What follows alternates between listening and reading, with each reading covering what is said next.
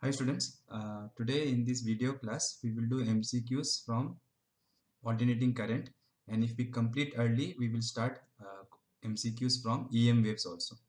But before I start the MCQs, I hope you remember one topic. I told you I will make a video for that, and that was derivation of this formula for which quantity? Quality factor, omega naught L by R. Omega naught is your resonant frequency, resonant angular frequency. Okay, so let us see how this formula is derived. Okay, in the regular class I did not do. So first of all, you should remember what is quality factor and what is its definition. So quality factor, if you remember, it describes the sharpness of resonance, right? So if you have a LCR circuit, LCR circuit, LCR circuit, okay, and your applied voltage is alternating voltage. So it has a peak value V naught and angular frequency omega. So omega is angular frequency of the AC source, remember. Then I told you that this LC circuit will have a natural frequency omega naught 1 by root over LC. Yes or no? This we have done in LC oscillation also. So when this omega equals omega naught, that time the current in the circuit will have maximum amplitude, and that phenomenon is called resonance, right? And what was the formula for current? If I want to find IRMS, then it is VRMS divided by Z. And Z formula you all know, right? Z formula is root over R square plus XL minus XC whole square. R is the resistance of the circuit. XL is like resistance only. The role of XL is also similar to resistance. Resistance opposes current.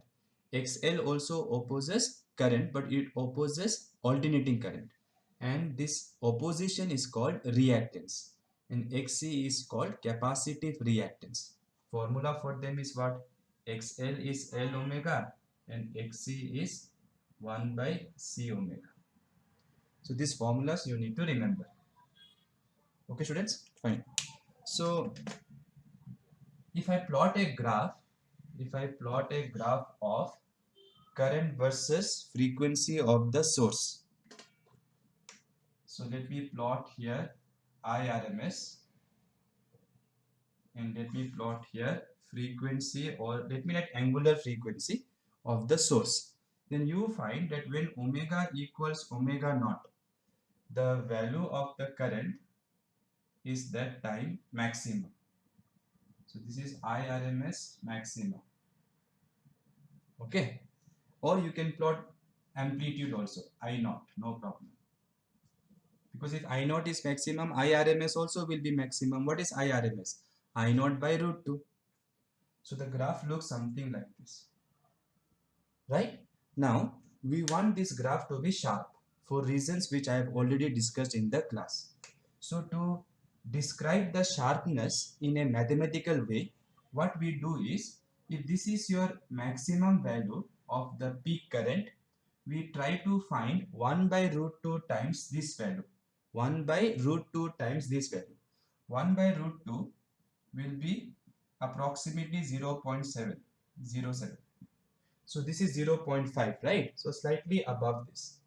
So this is 1 by root 2 times the maximum current. Okay. So when your peak current is 1 by root 2 times the maximum current, what are the frequencies? One is this frequency omega 1, I can say. Another one is this frequency omega 2. The difference between these two is what we call bandwidth. So bandwidth is nothing but omega 2 minus omega 1. Okay, if I write this as delta omega and this as delta omega, I can write this as omega 2 minus omega 1 will be this gap, and this gap will be what? Delta omega plus delta omega 2 delta omega. Okay, fine. So this is the bandwidth. So quality factor is given by, the definition is resonant frequency, angular frequency divided by bandwidth. Okay, students. So smaller is your bandwidth, more will be the sharpness of the curve, this resonance curve. So smaller is the bandwidth, more will be the sharpness, and quality factor determines the sharpness of the resonance, right? So smaller is your bandwidth, more should be your quality factor. So these frequencies are very special, okay? So what are these two frequencies? These are the frequencies. So omega 1 and omega 2 are the frequencies at which current in the circuit, peak current, is equal to 1 by root 2 times its maximum value. So you should remember this. You can also say omega 1 and omega 2 are those frequencies when the power is 1 by 2 times maximum power. Why I can say like this? Because we know power is proportional to square of current. P equal to I square R. So if current is 1 by root 2 times, power will be 1 by root 2 square times. 1 by root 2 square times means half. So these are the frequencies where the power consumed by the circuit is half times maximum power. Maximum power will be consumed at resonance, we know that. So please remember that is why we also call this half power frequencies. Half power frequencies. Okay, so remember this. I feel like all these things we have already discussed in the class.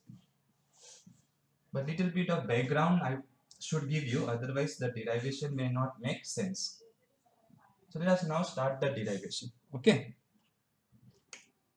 So when omega equals omega 1 or omega equals omega 2. So let me draw the graph one more time here. This is omega. This is your maximum value, I naught max. This y-axis represents the amplitude of the current, peak value of the current.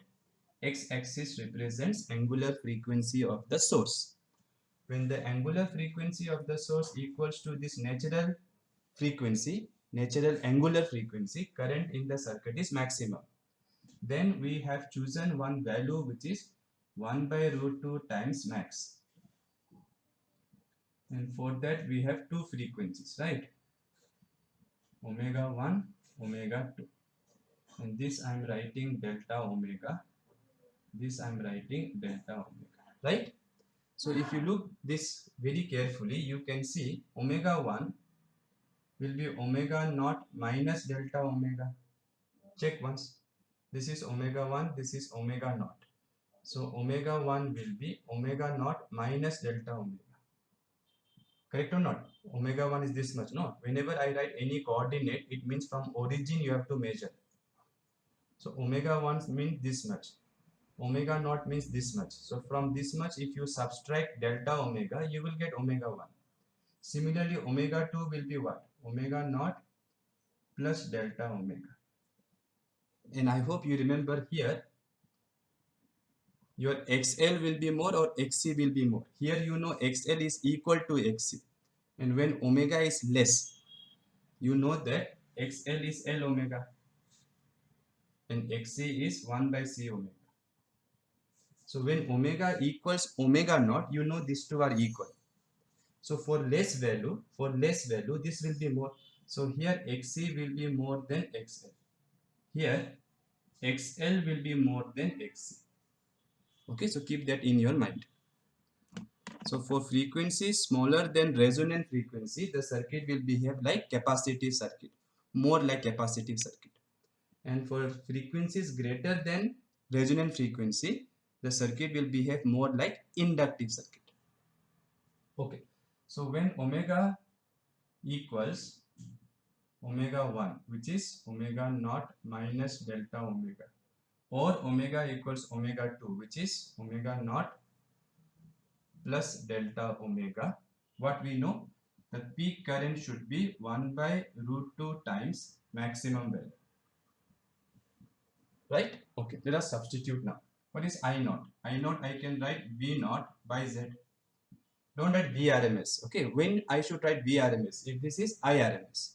Understood? No. See, IRMS is we write VRMS divided by Z. But if I divide by root 2 both sides, then this will become I naught and this will become V naught divided by Z. Okay, so be careful about that. And that will be equal to 1 by root 2 times I naught max. Now, when will I naught be maximum? When Z is equals to R. Remember, right? Z value is what? Root over R square plus XL minus XC whole square. So we know that this current will be maximum when Z is minimum. And what is the minimum value of Z? When this is 0. Because R you cannot make 0. So Z minimum is R. So current maximum will be V naught by Z minimum. What is Z minimum? R. Okay. So basically this is current at resonance. No, you can see this value of current is at resonance, and at resonance you know XL and XC are equal. So impedance will be nothing but resistance. Okay. So from here V naught gets cancelled, cross multiply. So I can write Z is equals to root 2 R. Okay, let me square both the sides. So Z square will be 2 times R square. Okay, now what is the formula for Z square? Z is root over R square plus XL minus XC whole square. So Z square will be R square plus XL minus XC whole square. Okay, is equals to 2R square. Correct or not? Okay. Now R square, if I take that side, I will get XL minus XC whole square is equal to R square. So XL minus XC can be plus or minus R. Please remember plus or minus R. Okay, now look carefully. If you are using this frequency omega 1, if you are, because this can happen for what frequencies? Two frequencies. The same thing happens, the value of current, peak current is this much for how many frequencies? Two frequencies. So there are two conditions also. So which one to use? For if you think this whole thing is true for omega equal to omega 1, then for omega 1 xc should be greater, then you should write xc minus xl equal to r. Matlab you should choose the negative solution. Okay, let me write it properly so that there is no confusion. So up to here you write.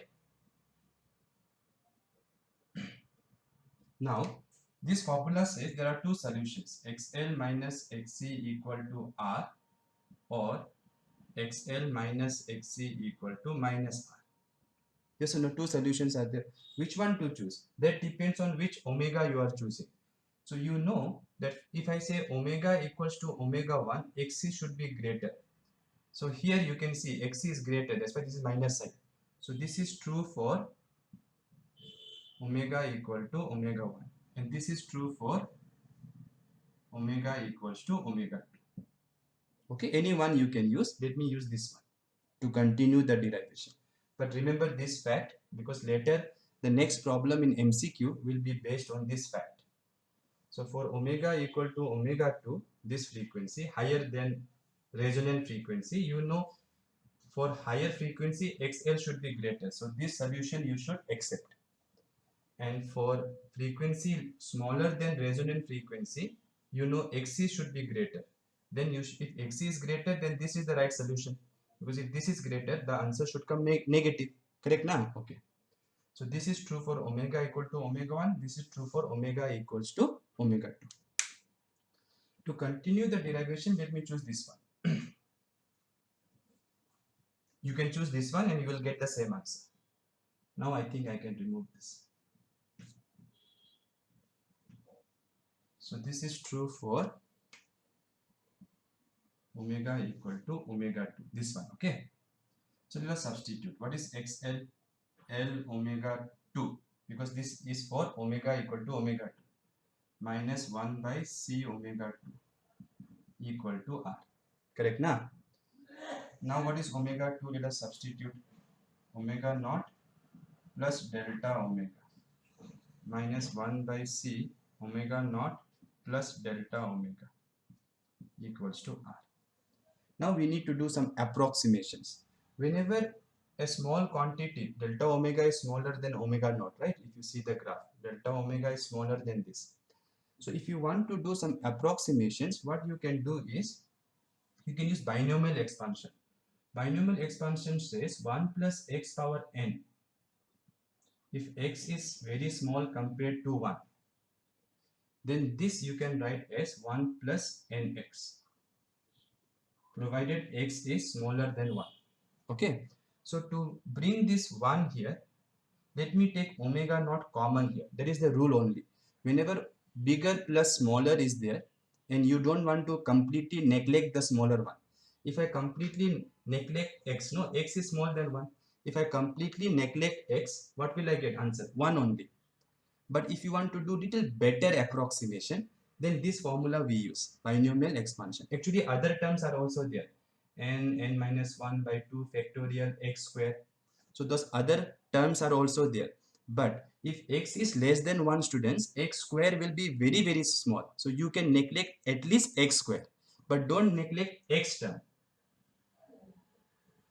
So whenever you have bigger plus smaller and you don't want to neglect the smaller completely, but still you want to do approximation, then what you do, you try to convert this into this form. To do that, always you have to take the bigger one common. This will be very useful for other problems also. So bigger plus smaller is there. You want to do approximation, but you don't want to remove the smaller one completely. Then what you do, take the bigger one common. So here let me just continue. Okay, here let me take omega naught common. So 1 plus delta omega by omega naught equals to r, right? So I took omega naught common. Then I will write this as L omega naught plus delta omega, and here minus 1 by c omega naught, and this I can take upstairs. If I take this in the numerator, I will get 1 plus delta omega by omega naught minus 1 equal to r. Minus 1 will come, no, because I am taking this up. Here this will be L omega naught. Let me just open the bracket. L delta omega 1 by c omega naught, and here I can write this binomial expansion. Your n is this minus 1. So that n should come here. So if I bring minus 1 here, it will become minus delta omega by omega naught equal to r. Okay, since this is smaller and this is larger, this ratio is less than 1. So to use this, x must be less than 1, remember. In gravitation chapter also, first PU, we have used this. Okay, remember. Now open this bracket. So you will get L omega naught plus L delta omega minus 1 by c omega naught minus minus plus minus will be plus delta omega by c omega naught square equals to r. Correct now? Now you see, this and this will cancel. Why? Because omega naught is resonant frequency. What is the formula for resonant frequency? 1 by root over LC, angular frequency, right? Square it, then the root will go outside. Then you cross multiply. 1 omega naught you take here, L you bring here. So omega naught L is equal to 1 by omega naught C. So these two can be cancelled, okay, because they are equal. So finally, what I found, let us see.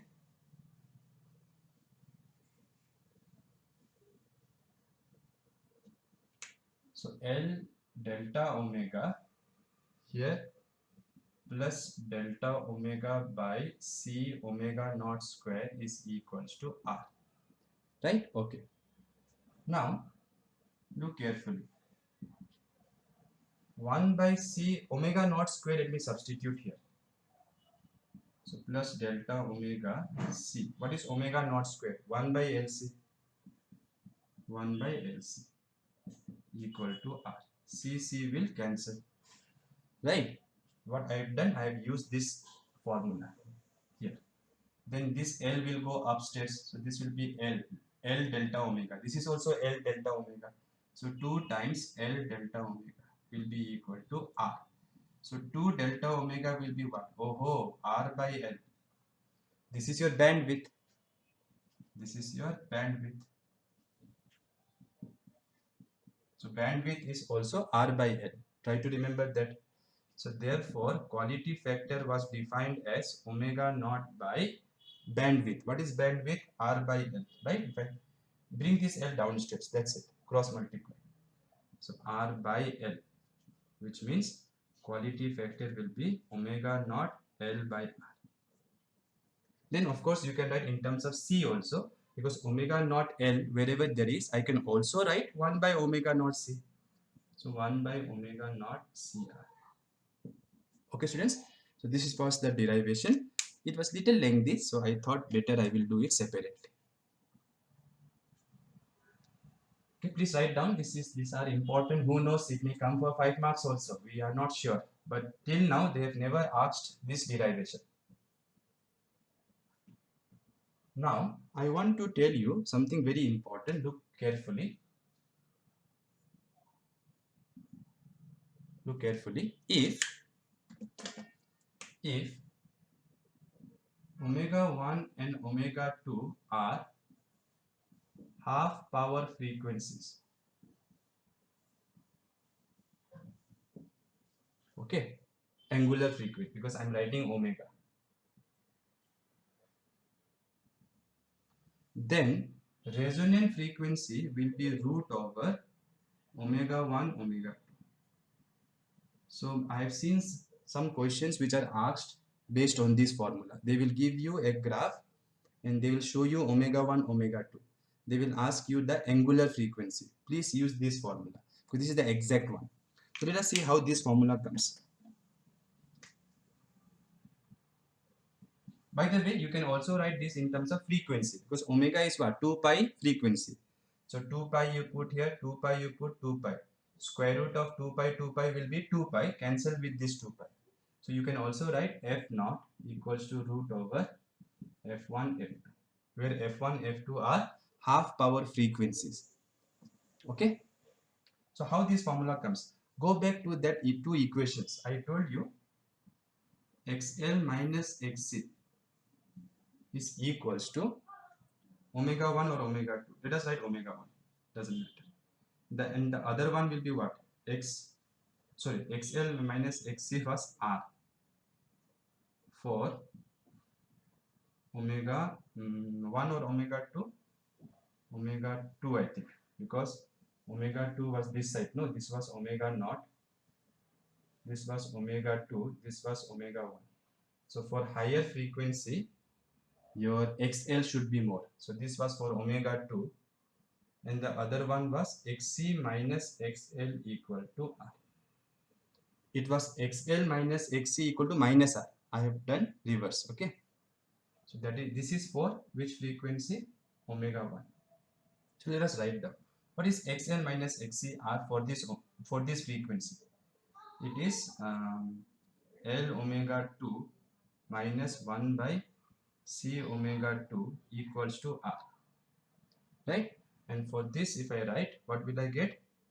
1 by C omega 1 minus L omega 1 is equal to R. Right? Now, since both are same resistance, we can equate this side with this side. So let us do that.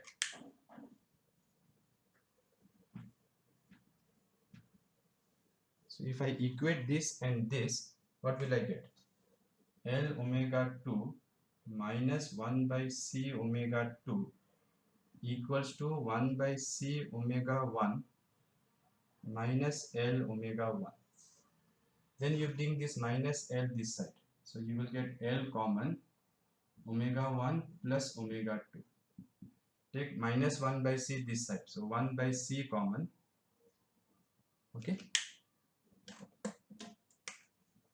1 by C common. And here it will be 1 by omega 1 plus 1 by omega 2. Right? Okay.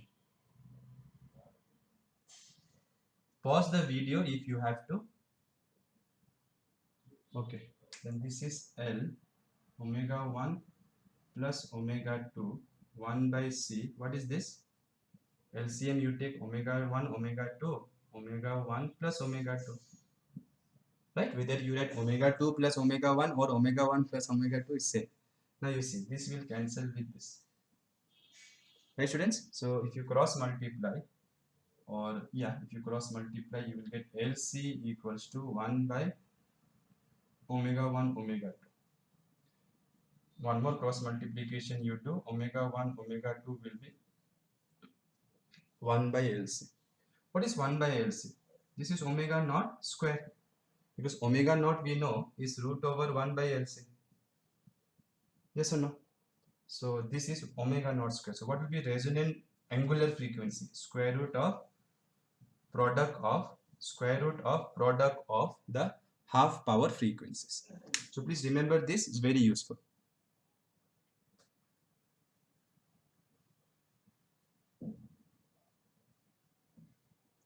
So let us see we have done up to 39. 40 we have done while doing EPL only. Okay, very good question. I told you about this.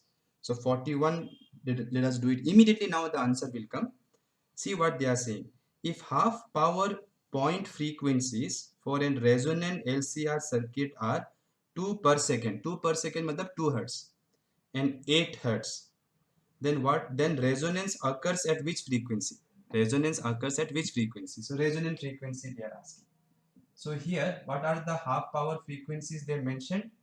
2 hertz and 8 hertz. So resonant frequency will be root over product of half power frequencies, right? So that will be root of 16, that will be 4 hertz. Or you can say 4 per second.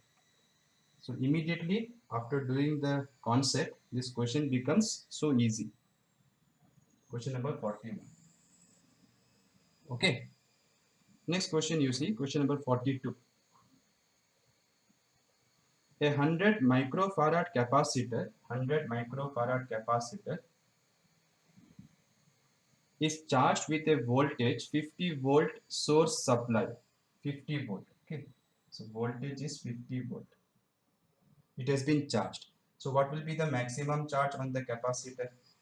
C into V. Because the charge builds, no? Charging will take time. Remember, we have done that transient current.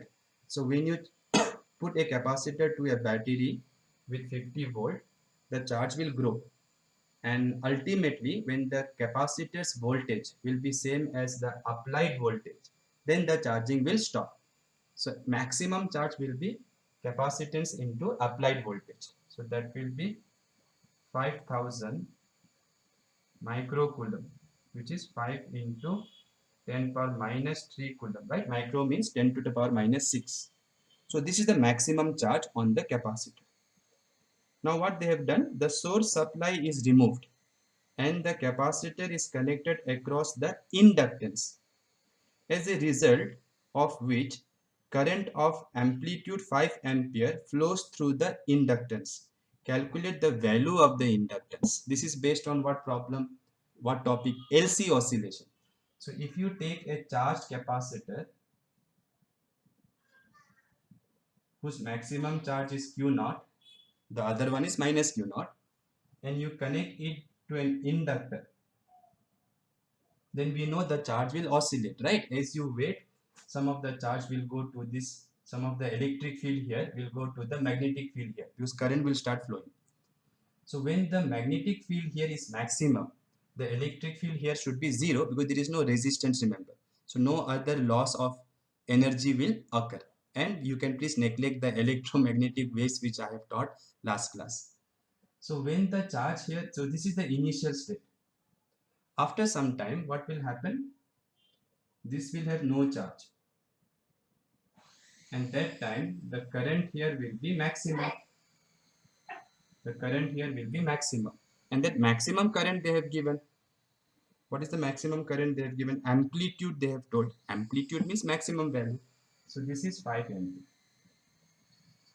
So after some time, this situation will go to this situation. So which means what has happened? All the energy in the capacitor has become energy in the inductor, right? So initial energy in the capacitor, half Q naught square by C. This was the initial energy in the capacitor. Is now completely converted to magnetic energy. What is magnetic energy? Half Li square. So maximum, because this is maximum, right? So when the whole energy goes here, the energy here will be that time maximum. So from here we can easily calculate L, right? Q naught value is given, let us substitute. So Q naught value, let me take square root, no, first. So Q naught will be, oh, since we have to find L, no need to take square root. So L will be what? I naught square will come here. Q naught square by C, I naught square. So Q naught square will be 25 into 10 to the power minus 6.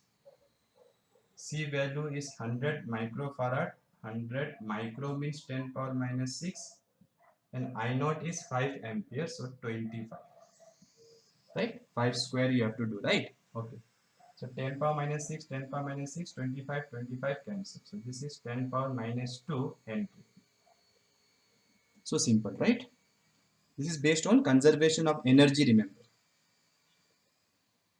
So 0.01. 0.01 Henry. Option B. Okay, let us see question number 41 now.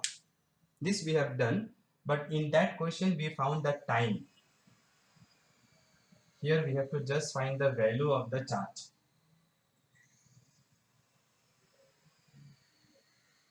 So see what they are asking. In an oscillating LC circuit, the maximum charge on the capacitor is capital Q. So maximum charge on the capacitor. Maximum charge, which I write Q naught. In this question they are saying capital Q. The charge on the capacitor when the energy is stored equally between magnetic electric field and magnetic field. The charge on the capacitor. So now what they are doing is LC circuit. So L also will be there. So as the charge will go this side and as current will build here, as current will grow here, a time will come where there will be some charge here and there will be some current here. Agree or not? So this will be neither your maximum nor zero. Before reaching that stage where I have shown you the whole electrostatic energy becoming magnetic energy. So it's like a pendulum.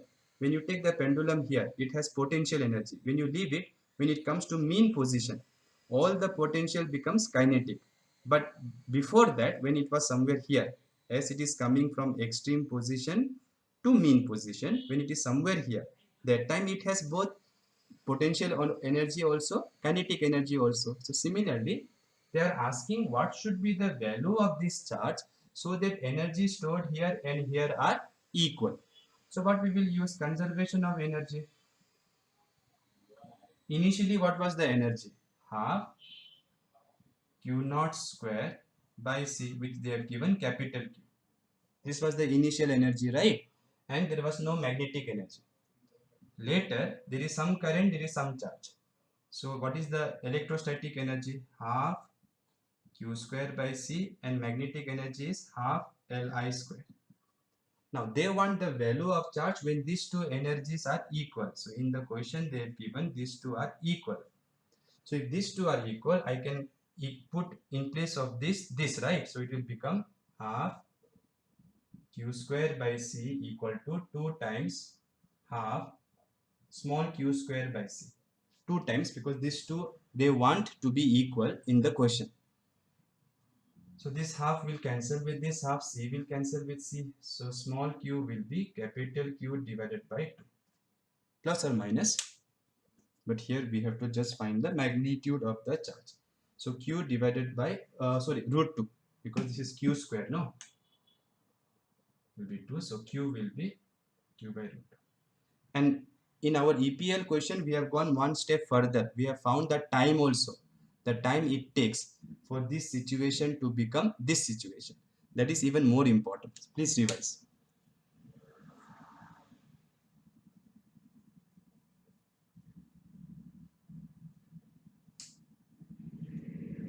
Okay, next question you see. Next question is based on transformer. Quickly let me revise. So in a transformer, as you know, there is a soft iron core. Here we have primary windings, and the voltage applied here is primary voltage, and here we take our output, and here we take our output voltage. Okay, if I assume there is no leakage of magnetic flux, then I can write output voltage by input voltage is equals to number of turns in output matlab in secondary, divided by number of turns in primary.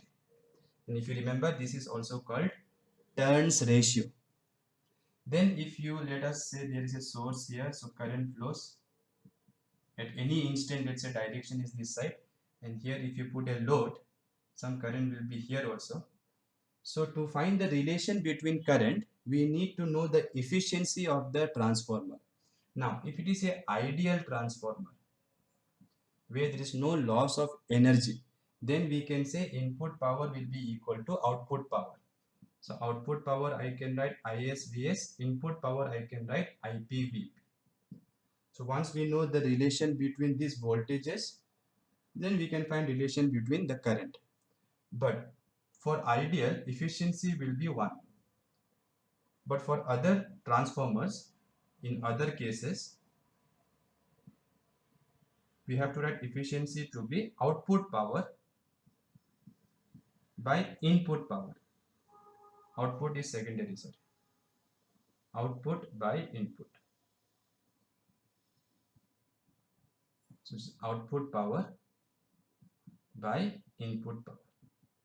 Right? So basically efficiency will tell you how much percentage of input, if you cross multiply, how much percentage of input will be in the output in terms of power. Okay. So these are the formulas for transformer. Then one very nice question we have done in our EPL. 3 sections were there. It was regarding one town and all, remember, right? So that question, to please you practice before your NEET or JEE exams. Okay, now let us do this question number 44. So in question number 44, they are saying a transformer having efficiency 90%. 90% simply means 0.9. Divide 90 by 100. Is working on 200 volt and 3 kilowatt power supply. So it's working on means what? Input, no? So input means primary. So input power is input voltage is given 200. Input power is given 3 kilowatt, so 3000 watt. If the current in the secondary coil is 6 ampere, what is the voltage across the secondary coil? Voltage across secondary coil. Also current in the primary coil. Also current in the primary coil. Number of turns are not mentioned in this problem. Now see, input power they have given, input voltage. P matlab primary, remember, so it's input. So input power they have given, input voltage they have given, here input current they are asking. So directly we can write input power is equals to input current, input voltage. Correct? So input power is how much? 3000. Input current we have to find. input voltage is 200. Two zeros you can cancel with this, so this will be 15 amperes. Once you know this, then you can find from efficiency, you can find the output voltage. So efficiency means what I told, output voltage, output power by input power, correct? So efficiency is 0.9. Current in the secondary is 6. Voltage in the secondary they are asking. Current in the primary is 15 and voltage in the primary is 200, which if you multiply you will get this 3000 only, because this is nothing but input power, no? Yes or no? So 3000 directly I can write. So if I cross multiply, my secondary voltage will be 3000 into 0.9 divided by 6. So 3 2s are 6, 3 3s are 9. So this will be 1500 into 3 by 10.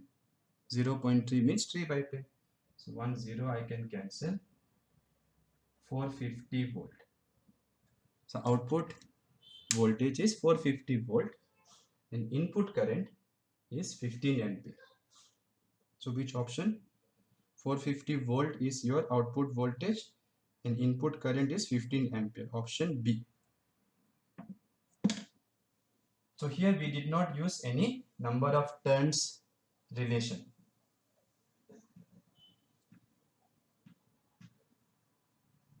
Please write down, okay? Pause the video and write down.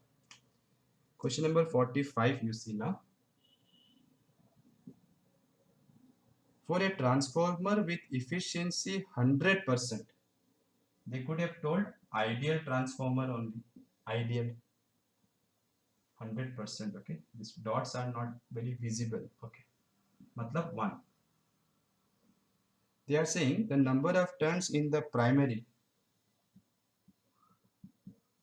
is 140 and in secondary is 280.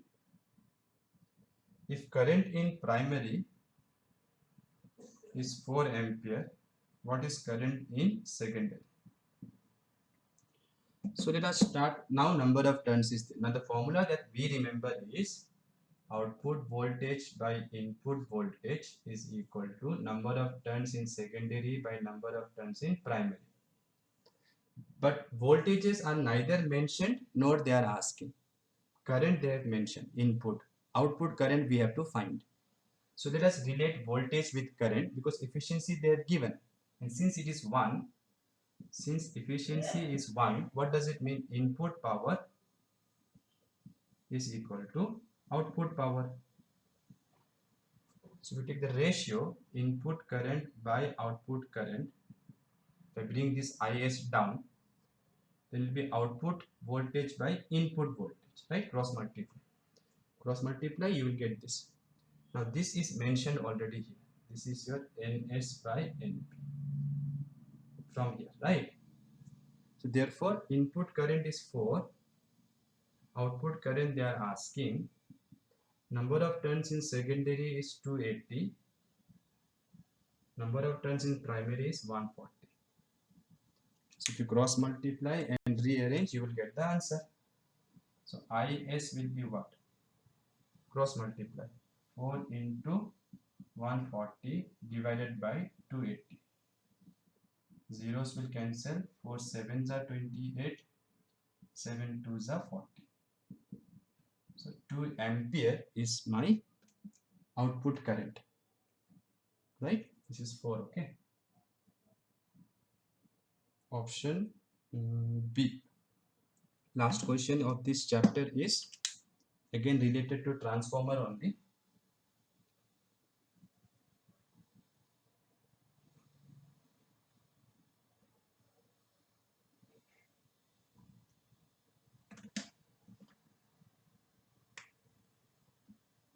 So they are saying the primary and secondary coils of a transformer have 50 and 1500 turns respectively. If the magnetic flux linked with the primary magnetic flux linked with the primary, okay, let me write P, is equals to phi naught plus 4T, and number of turns in primary is 50, number of turns in secondary is 1500. T is time and phi naught is constant, that we should know. Then they are asking what is the output voltage across secondary. So first we will try to find input voltage. You cannot use the standard formula of transformer because we don't know this also, no, this also we don't know, this also we don't know. But flux they have given linked with primary. Now we know from Faraday's law this is magnitude only, let's calculate. I don't think in the option minus sign is there. Yes. So to the voltage in the primary is due to the rate of change in the magnetic flux, right? So if you do differentiation of this, you will get 4 because this is constant, and differentiation of 4t will be what? 4 will come out. Differentiation of t with respect to t is 1. So once we know this input voltage, now we can use our standard formula. Vs by Vp is equal to Ns by Np. So Vs is, we have to find, cross multiply, Ns is 1500, Np is 50, and if you cross multiply, Vp is 4 volt. So 0 0 cancels, 5 3s are 15, 3 4s are 12. So 120 volt. By the way, it is step up transformer or step down? It is step up because number of turns in secondary is more. And you can check the values also. Input was 4 volt, output is 120. All these are RMS values, okay, because here AC is flowing. Okay. So now we will do some MCQs from EM waves. So again and again I am telling you, last class also I gave you some standard formulas for EM waves. Again let me give you. So in EM waves, one important formula is speed of light in vacuum is root of mu naught epsilon naught. In any other medium, if you want to write, it is mu epsilon. Okay, so that you have to remember, which means this is in medium. In vacuum, it is this. This is the speed of light in medium. This is speed of light in vacuum. Now, if I divide C by V, I will get root over. This will go in the numerator. This will be in the denominator. And this is nothing but mu by mu naught is relative permeability of the medium, and epsilon by epsilon naught is relative permittivity of the medium. So these are some important formulas. If you can remember this, very good, otherwise we can derive. Then I want all of you to remember that if you divide the peak value of electric field with magnetic field, and that ratio will be equal to speed of light. You can see from here that E naught will be much larger in value than B naught because when you cross multiply with C, and C is a large number. Understood? So when light falls on matter, the electrons will feel force because of electric field also, magnetic field also. But the force of electric field will dominate. That is why usually when light falls on matter, we study the interaction of electric field of light with electrons in the matter instead of doing with magnetic field. So that is something you can remember. Then one again very important thing is E cross B. E bar cross B bar gives you the direction of propagation of wave. Propagation of wave. And what you can also remember is, see, how to remember this formula is very simple. Let us say this much energy, this is the total energy. Suppose this much energy of radiation is falling on a surface. This much energy is falling on a surface. Now from Einstein, this much mass is also falling on the surface. because E equal to mc square. So m will be E by c square. So if this much energy is falling, this much mass is falling, with what velocity? This velocity. So this is the momentum with which the radiation will fall on the surface. Now if the radiation is completely absorbed, so if it is 100% absorption, then what will be change in momentum? If it is 100% absorbed, then there is no energy left after hitting, which means no momentum left. So if initially it was P, now it is 0. Change will be what? 0 minus P minus P. Magnitude will be P. So change in momentum will be P. Right? And then if you want to find the force, you need to divide by the time taken. This energy will fall for some time, no? So that time you have to divide. So that will be the force. Okay, students? Then energy you can write in terms of power. Power into time. So time will cancel.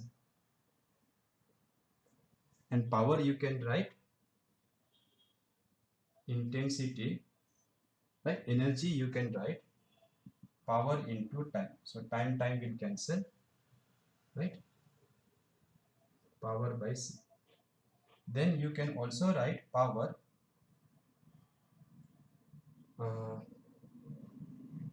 yeah, let me just check once. Okay, let me just rub some space so that I will have more space. So this much momentum is carried by the radiation, right? So when it falls on the surface and if it is completely absorbed, then for 100% absorption, your change in momentum will be this P itself, which will be equal to U by C. Now this is energy. Usually they will give you power or intensity like that. So for that you should know the meaning. Power is energy by time. Intensity, sorry, yeah, power is energy by time. Intensity is energy by time by area. So I can also write intensity is power by area. Okay, so keep that in your mind. So P I can write, but this capital P means power now. Be careful. This is momentum. So I can write in terms of power. If I write, this is the momentum. No, so force will be what? Change in momentum by time. So it's U by C into time. So U, if I cross multiply, I can write power into time divided by C into time. Time will cancel. So force I can write power by C. Okay. If I write in terms of intensity, how will I write? Cross multiply. Intensity into area. Now this is a very interesting formula. So on a surface whose area is A, there will be a force IA by C, IA by C, IA by C, IC, IAC, like that, IAC. So that much force is exerted, and this I is the intensity. Okay. So if I divide this force by the area, I will get I by C. What is this force by area called? This is what is called radiation pressure. Radiation pressure. So just like gas molecules can exert the force on the walls and create pressure, radiation also, if you put radiation in a container, there will be some pressure on the walls. Obviously, it will be very, very small.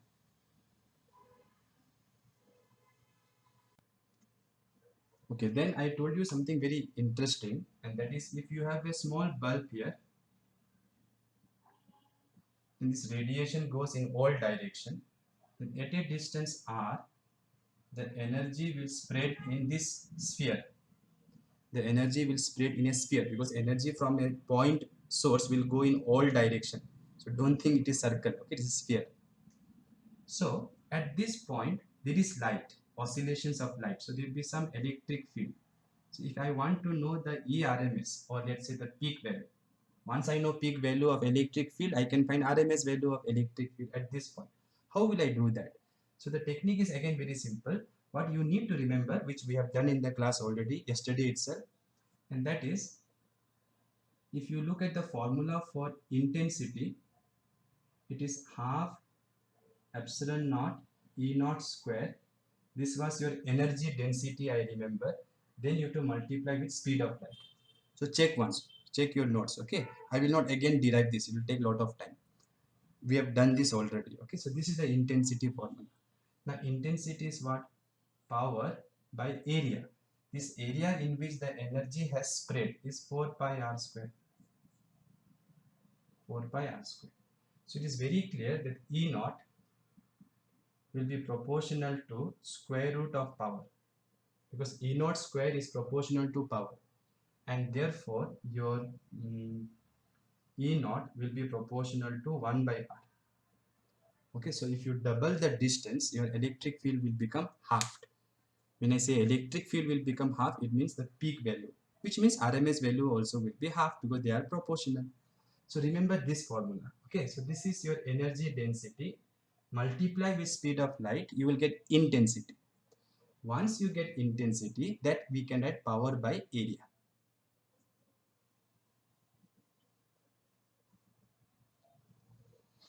So let us see some questions now.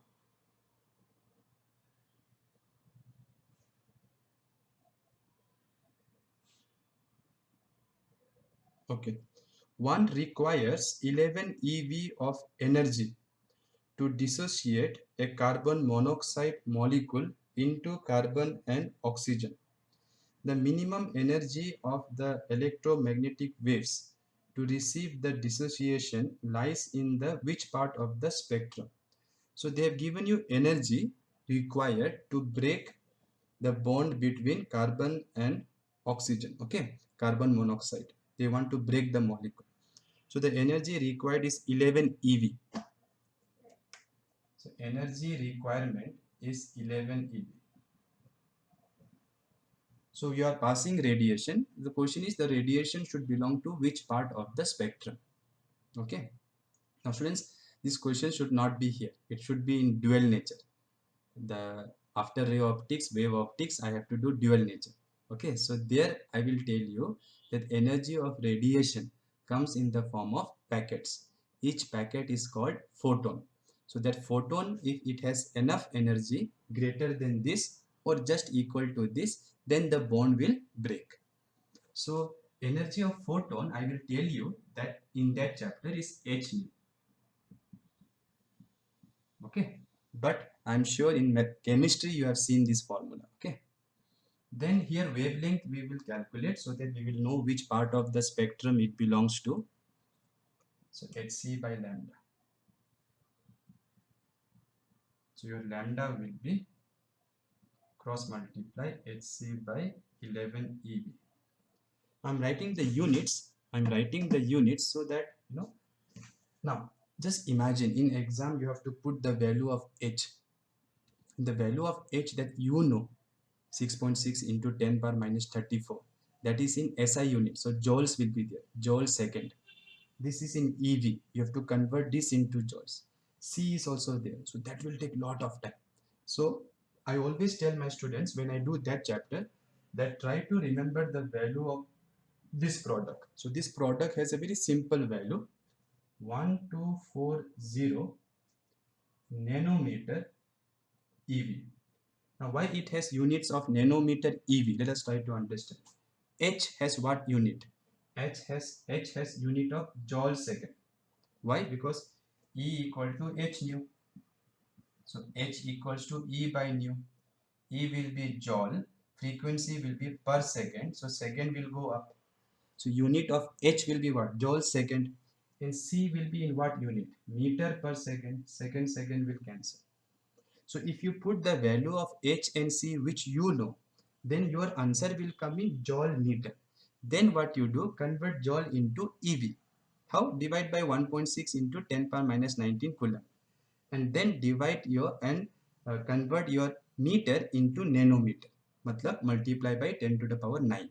1 meter is 10 to the power 9 nanometer, because 1 nanometer is 10 to the power minus 9 meter. So in these units you try to remember. your calculations will be very simple, and this value you have to remember. Okay, so if I substitute this value directly here, 1240 nanometer EV, and this is EV only, so EV will cancel, so you will get the answer directly in nanometer, and on top of that EV will also cancel. So your calculations will become very simple by remembering this. Okay, now this will be how much? 11 1s are 11, 1 carry, 11 1s are 11, 3 carry, 11 2s are. So 112 nanometer. Now last class only I have given you the range of wavelength.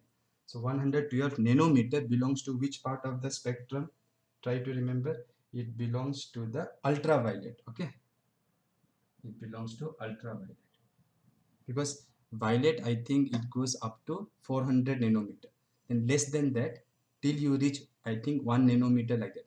Once you reach 1 nanometer or 0.010 power minus 3 nanometer, it becomes X-rays. So before you reach there, after you are below violet you have to remember 400 nanometer. So once you are below violet, then you will be, and above let's say 10 nanometer, like that, you will be always in ultraviolet. Okay, fine students, so please remember this. So this means what? Ultraviolet can be used to break the bond, which means you can use higher frequency also. X-rays also you can use.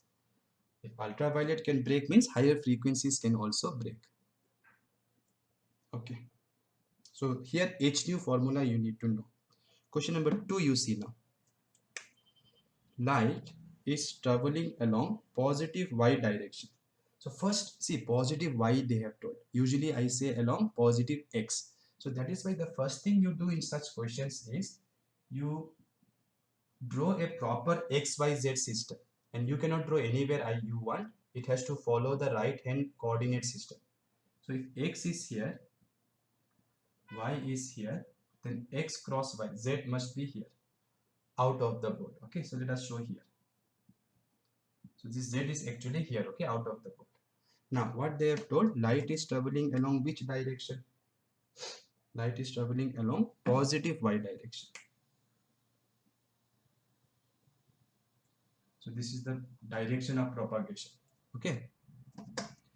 Then they are saying electric field at any time is along positive x-axis. So electric field is here. So where should be magnetic field, they are asking. Now one thing we know, magnetic field must be along z-axis. But it could be plus z or minus z. How to find? So I told you E cross B will give you direction of propagation. And here your direction of propagation is positive y-axis. So let us, first what you do, you assume first magnetic field is here. Then if you do, see E cross B, you have to do this way, okay? This is the smaller angle. Let me have this, yeah. See, look here. This is the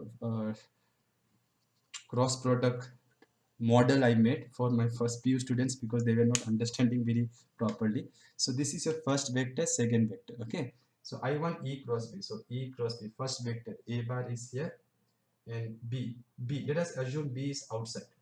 Okay, B is outside. So how should I keep it? First vector, yeah. So if first vector is here, this is A, this is B, then your cross product will be here. See, are you understanding? See, A is the first vector, B is the second vector. So first vector, second vector. That cross product will give you the direction of propagation. So you know the second vector, which is magnetic field, is matching with B also. See, it must be along z-axis, you know, but you don't know this way or that way. So just assume it is this way. Then E cross B, when you do E cross B, it will be here. So your wave should propagate this way, because this gives you direction of propagation. But wave is traveling this way. That means your magnetic field is not out, it is in. Understood? No? So once you know that, it is very easy. So you assumed magnetic field is here, but when you did, you got opposite to the given direction. Given direction of propagation is positive y. I am getting negative y by assuming magnetic field is along positive z. So that clearly means magnetic field is along negative z. So now you can check, see, E cross B. So easy to understand also. E cross B here. So this is the direction of propagation. Okay. So magnetic field is along negative z axis. Which option? D. Next one you see.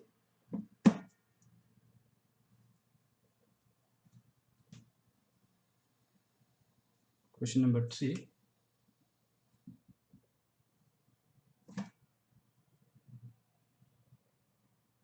An electromagnetic wave going through vacuum is given by E equals to E naught sine kx minus omega t. Sometimes they write omega t minus kx also. Doesn't matter with sine function. No, sine function keeps becoming positive, negative with time. Okay, so it keeps on changing. Which of the following is independent of wavelength? They are asking. Which of the following is independent of wavelength? Matlab it should not depend on the wavelength. So first option, one by one we have to check. So first option is k by omega. Now k is nothing but your angular wave number. What is the formula for k? 2 pi by lambda. And omega is 2 pi frequency. So at least here you may feel like, oh, this ratio will depend on lambda. Be careful. 2 pi cancel. So this is 1 by lambda times frequency. Lambda times frequency is what? Velocity of light. Yes or no? Because velocity is frequency of light into wavelength. Why, sir? Because velocity is velocity of what? It is not velocity of cricket ball. It is velocity of the disturbance of electric field and magnetic field. So during one oscillation, it will complete one cycle. So one wavelength it will travel. So in one oscillation, in this much time period, one time period, it will cover one wavelength. So that is how speeds are defined. No, distance by time, and 1 by time is frequency. 1 by time period is frequency. Now since C is, it is in vacuum they told, so C is a fundamental constant. It's a constant. So therefore this ratio is also constant. So it will not depend on wavelength. Meaning if you change the wavelength, why this will not change? Because the frequency will change. So if you double the wavelength, frequency will be half. So this 2 will cancel. This will not change. That means this will not change. Okay. So remember k by omega does not depend on wavelength. It may look, formula may make you feel like it is inversely proportional. But how many times I will tell you, something is inversely proportional to something provided others are constant. Here frequency cannot be constant. This is constant, speed of light. Okay students, so keep that in mind. So this is independent of wavelength. So this is the right answer. What will be, that means omega by k will be what? K by omega is 1 by c. So omega by k will be c. Very useful result. Very useful, because sometimes they will give you some formula here and they'll ask you to find speed of light. So what you should do, divide this quantity, whatever is in front of time, divide that by whatever is in front of x. Okay. Next question you see.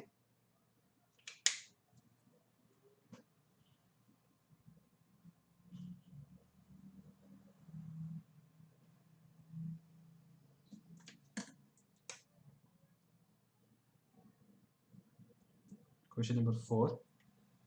The electric field part of an electromagnetic wave in a medium is represented by Ex is 0. That means x component of electric field is 0. Y component is given 2.5. Units also they have written there only, which I don't want to write. Okay, units I will not write here. Cos. Yes, they can use cos also. It is oscillating function.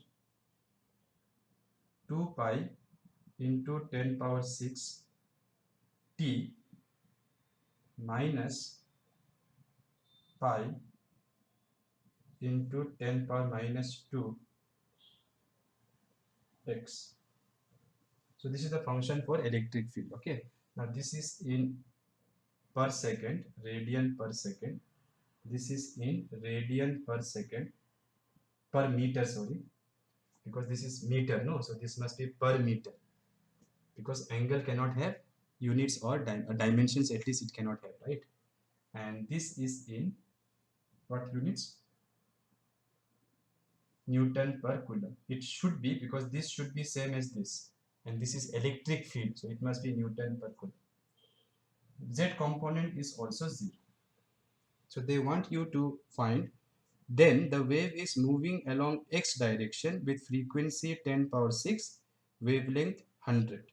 So frequency and wavelength we have to find. Now the first thing is they have given here x and it is minus. So if it is minus x, it always means the wave is traveling along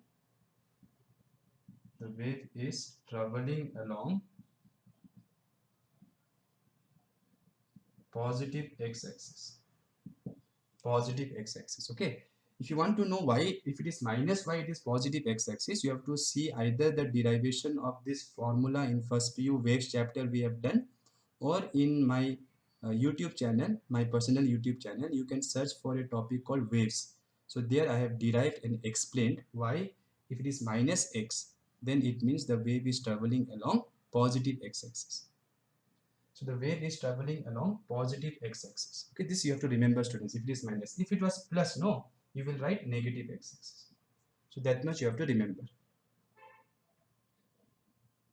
Now they want you to find, I think, wavelength and frequency. Yeah. So frequency, how to find? This is in front of time, no? So this must be your omega. So omega is 2 pi into 10 power 6. But we know omega is 2 pi f. So frequency is 10 power 6, which means 1, how much hertz? 10 power 6 means how much hertz? Megahertz. 10 power 6 means megahertz. Okay. And what about the wavelength? Wavelength can be found from here. This is your wave number. It is in front of x, no?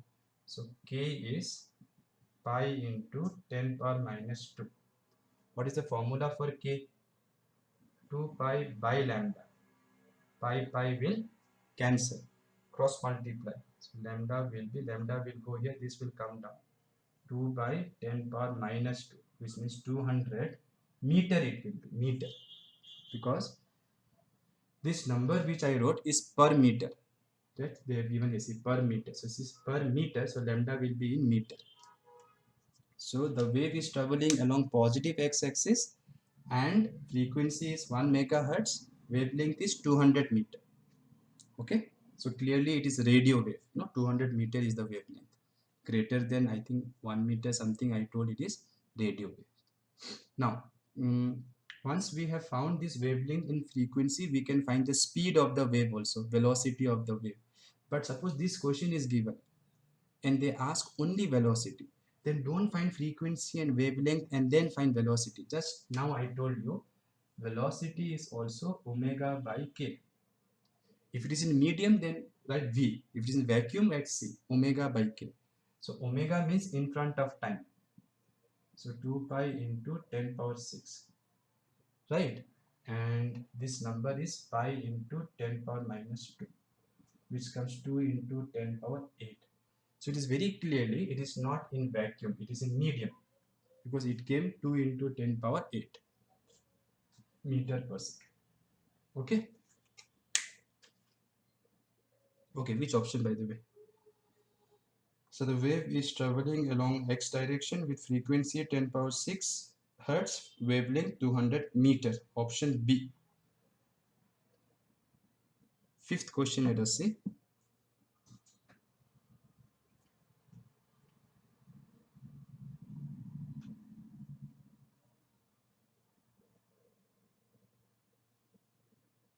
So question number 5, it says an electromagnetic wave traveling along z-axis.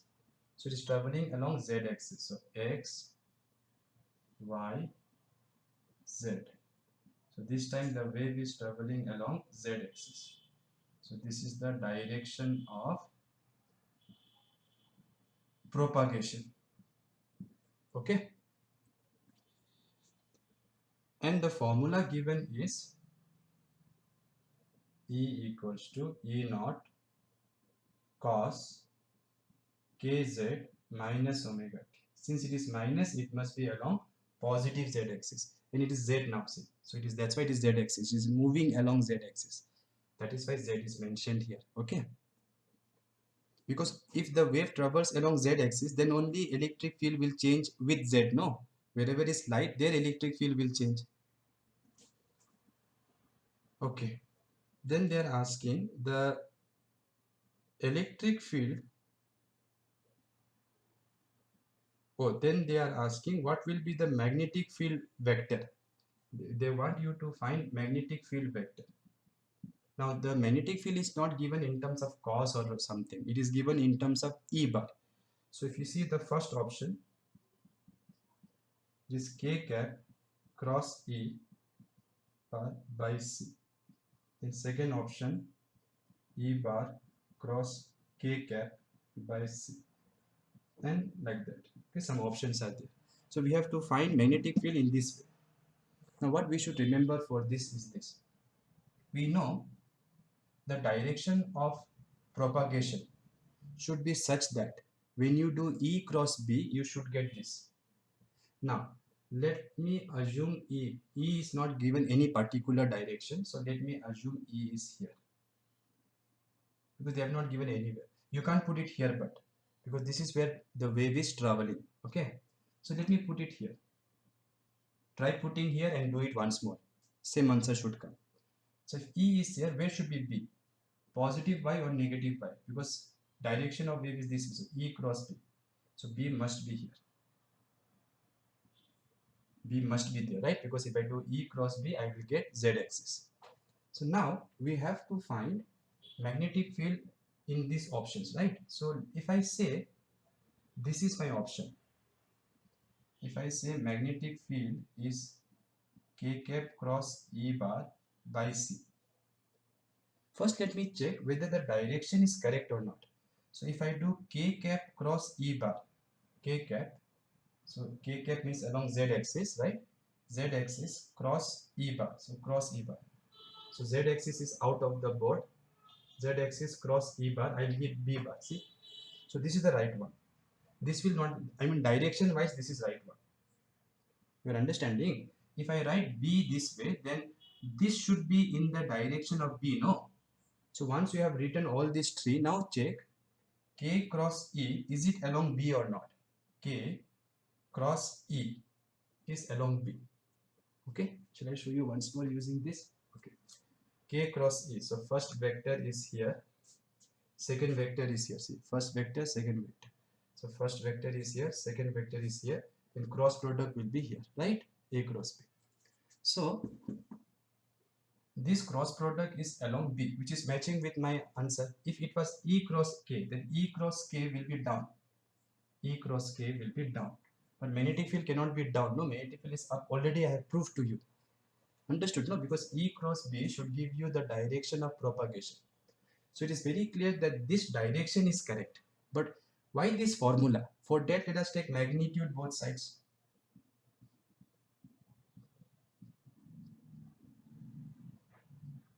Let's take magnitude both sides.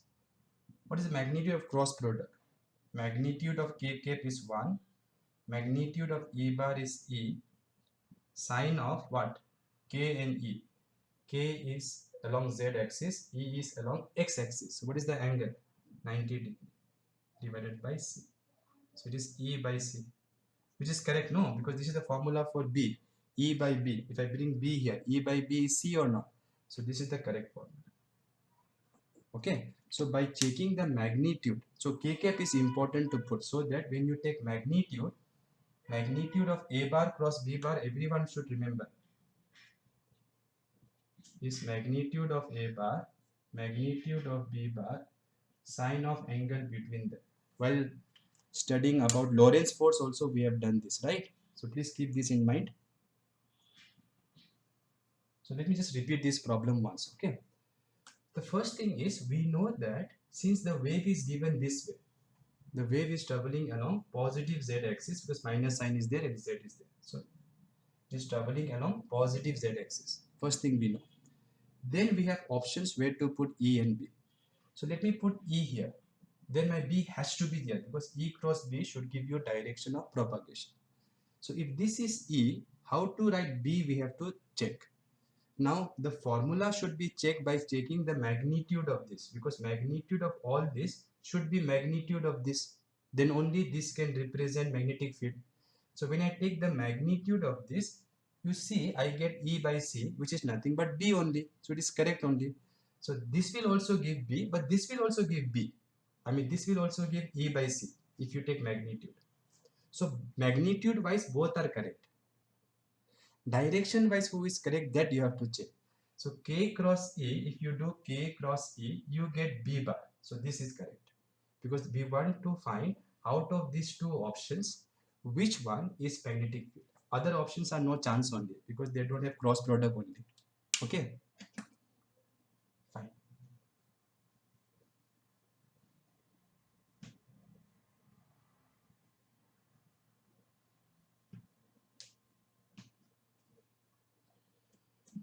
Let's see the next question.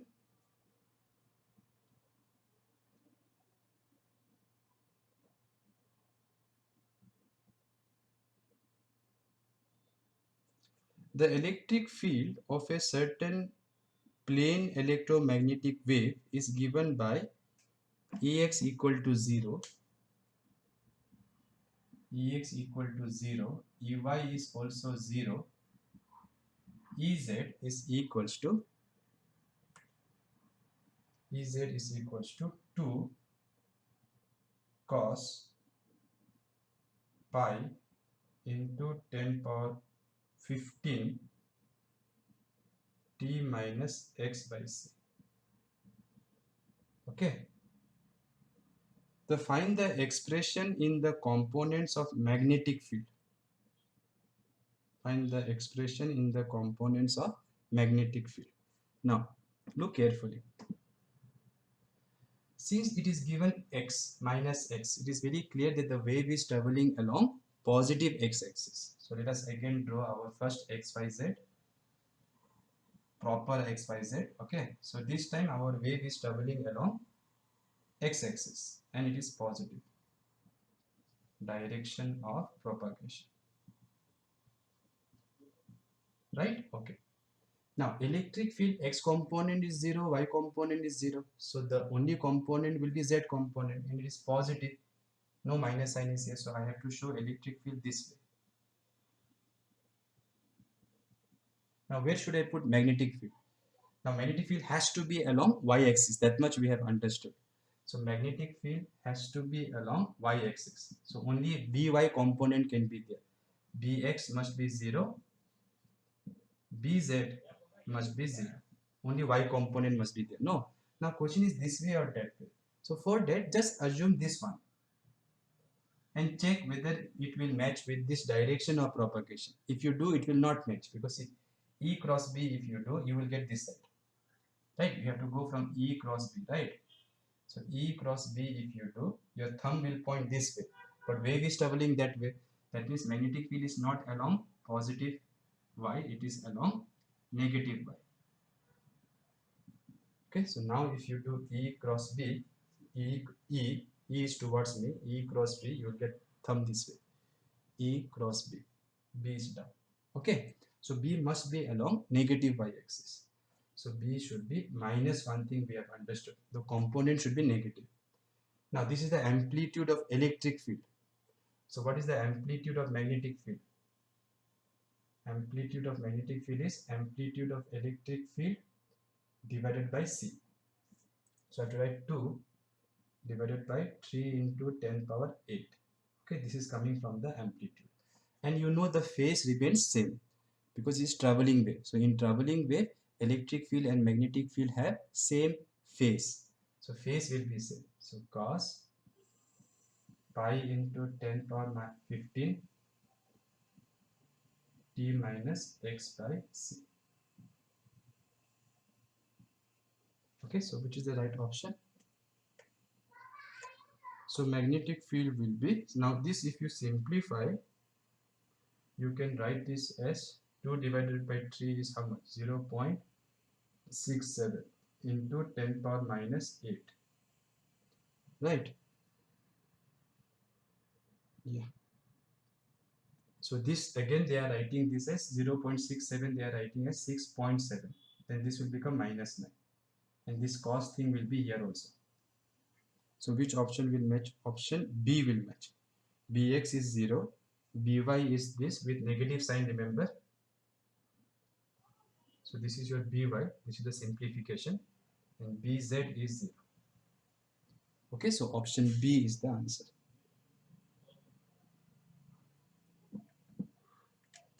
Okay.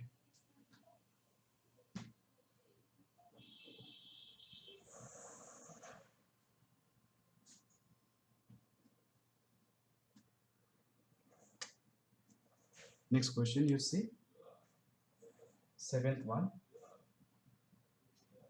A ferrite material, non-magnetic, has relative permittivity epsilon r equals to 10. The wavelength of a 100 megahertz wavelength of a, they want wavelength of a 100 megahertz. The frequency is 100 megahertz.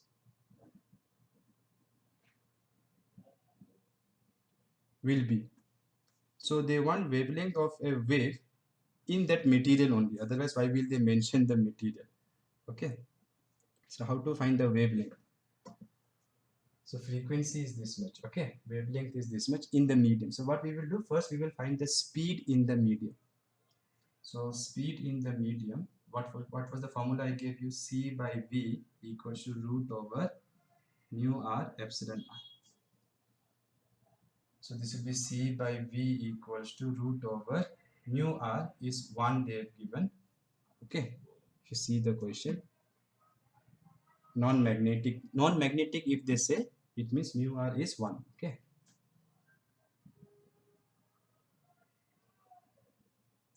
because inside outside magnetic field will be same, so mu and mu naught will be same, and epsilon r is given 100 or 10, right? So if you cross multiply, V will be equal to C by root 10. C is 3 into 10 power 8. Now root 10 will be very close to 3 point something. Okay, so approximately if I do, it is 10 to the power 8. So this is the speed of the radiation or whatever radiation. I don't think it is visible light, but whatever radiation, EM wave traveling in the rod, this is the speed. The frequency is given this. A frequency is something which does not depend on the medium. Of course, it depends on the relative motion because of Doppler effect. We know that. But when radiation goes from air to, let's say, water, or air to some rod, frequency is something which does not change. It is source dependent. So if you have a tuning fork whose elasticity is such that it emits, let's say, 10, let's say 360 hertz sound. So that means when it vibrates 360 times in 1 second. So whether the medium is air or water, the molecules will vibrate that many times only per second. So frequency is something which is source dependent. So frequency does not change. Please make a note. Frequency of a wave. In first PU also I have told. Frequency of a wave does not change while going from one medium to other medium. So since frequency doesn't change, I can use the same frequency in the rod also. So what will be the velocity? Frequency into wavelength. So wavelength will be velocity by frequency. 10 power 8 divided by frequency is 100 megahertz. Megahertz means 10 power 6. So it will be 1 meter. So approximately wavelength will be 1 meter in that medium. Okay. So 0.93. Okay, the options are quite close. So which one should we tick? Now look here. This is more than 3. So this will be here actually 0.9 something. So you should tick option A. Option A. Okay, 0.93. So here options are quite close, which usually they don't do, but if they have done that, then you have to find the exact square root and try to divide 3 by this. So 0.93 you will get. Okay, fine.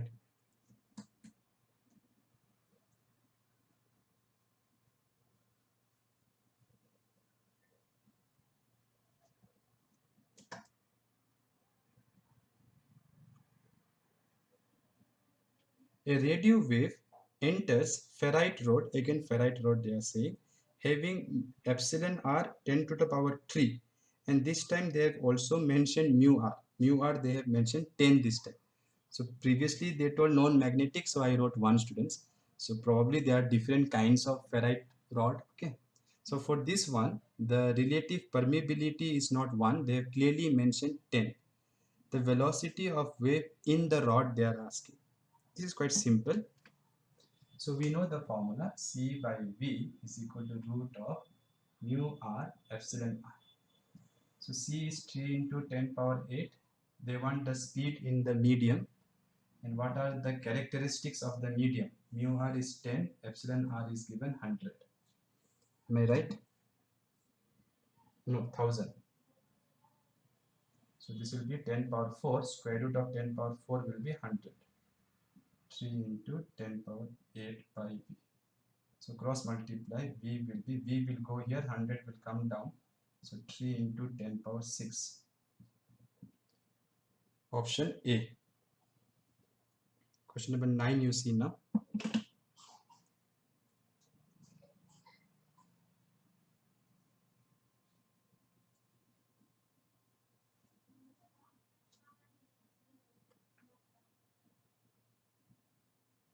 So question number 9 says the amplitude of magnetic field of a harmonic EM wave. Harmonic EM wave means something that is controlled by sine function mathematically.